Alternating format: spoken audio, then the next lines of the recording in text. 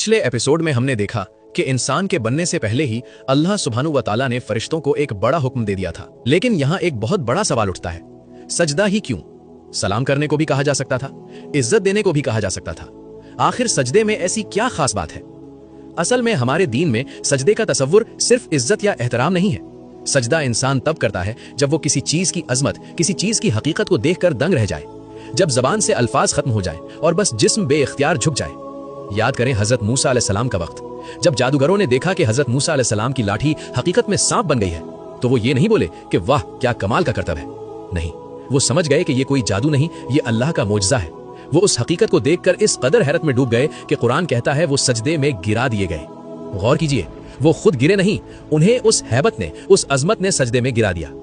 हत्ता के दुश्मन इस्लाम कुरैश के लोग, जो अल्लाह के रसूल हजरत मोहम्मद सल्लल्लाहु अलैहि वसल्लम के सख्त खिलाफ थे, जब वो कुरान की पुरअसर आयतें सुनते थे तो कई बार वो भी अपने आप पर काबू नहीं रख पाते थे और बेइख्तियार सजदे में गिर जाते थे।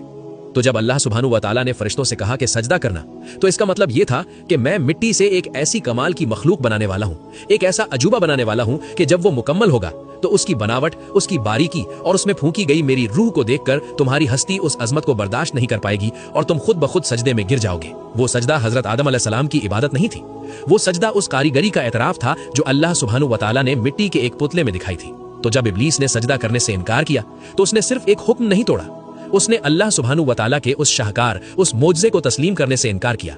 उसने अपनी अला को, अपने गुरूर को उस मोजज़े के आगे रख दिया। हमारी शुरुआत मामूली नहीं है मेरे दोस्तों, हमारा वजूद अल्लाह सुब्हानहू व तआला का वो मोजज़ा है जिसे देखकर फरिश्ते भी सजदे में गिर गए थे। जरूरत बस इस बात की है कि हम खुद अपने इस मकाम को पहचानें। लेकिन यह हजरत आदम अलैहिस्सलाम के किस्से का सिर्फ पहला बाब था। हुक्म तो दे दिया गया, लेकिन हमारे और आपके जहन में एक सवाल आज भी दस्तक देता है। हम मिट्टी से बने हैं और फरिश्ते नूर से। मिट्टी जो पैरों की धूल होती है, मैली होती है, और नूर जो चमकता है, पाक होता है, बुलंद होता है। तो आखिर उस गीली मिट्टी में अल्लाह सुब्हानहू व तआला ने ऐसा क्या भर दिया था? क्यों इस कमजोर से इंसान को अशरफुल मखलूकात यानी सारी मखलूक में सबसे बेहतरीन, सबसे अफजल कहा गया? क्या वो सिर्फ हमारी अक्ल थी या बात कुछ और थी? इंसान की अजमत का असली राज और हमारे इतने खास होने की वजह इंशाअल्लाह हम खोलेंगे एपिसोड 4 में। तब तक खुद शीशे में देखकर सोचिए जरूर, क्या मैं वाकई इतना खास हूं? अगर आप एपिसोड 4 का बेसब्री से इंतजार कर रहे हैं तो अभी कमेंट्स में एपिसोड 4 जरूर लिखें। या अल्लाह हमारे दिलों से इब्लीस जैसी अना को खत्म कर दे और हमें अपने मकाम और तेरी अजमत को पहचानने की तौफीक अता फरमा। आमीन। कमेंट्स में एक बार आमीन जरूर लिखें।